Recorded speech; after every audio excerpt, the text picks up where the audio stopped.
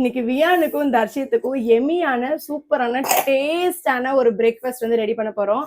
So ரொம்ப ஈஸியாகவும் ரொம்ப ஃபாஸ்ட்டாகவும் ரெடி பண்றதுக்கு நான் என்ன எடுத்திருக்கேன் அப்படின்னு பார்த்தீங்கன்னா ப்ளூபெரி தான் எடுத்திருக்கேன். ஸோ ப்ளூபெரி கொஞ்சமா வாஷ் பண்ணி நல்லா அரைச்சி எடுத்துக்கலாம். ப்ளூபெரி இந்த மாதிரி அரைச்சி எடுத்துட்டு வந்துட்டேன். நான் வந்து இந்த மாதிரி யோகட் மேக்கர் ஆக்சுவலா வாங்கியிருந்தேன். ஸோ யோகட் மேக்கர் வந்து பர்ச்சேஸ் பண்ணி உள்ள கர்டு ஊற்றி ஃப்ரிட்ஜில் வச்சிட்டோம் அப்படின்னா மேலே வந்து அந்த க்ரீமா வந்து ரெடி ஆகிடும். ஸோ ஆல்ரெடி பாதி காலி ஆயிடுச்சு, இன்னும் கொஞ்சம் க்ரீம் மாதிரி தான் இருக்கு யோகட்டு. இந்த யோகட்டையும் நம்ம ஜார்ல மாற்றி அரைச்சிடலாம். இந்த மாதிரி கெட்டியான ஒரு க்ரீம் மாதிரி இருக்கு பார்த்தீங்களா யோகட்டு, இதை உள்ள போட்டு இதே நல்லா மிக்ஸ் பண்ணி எடுத்துக்கலாம்.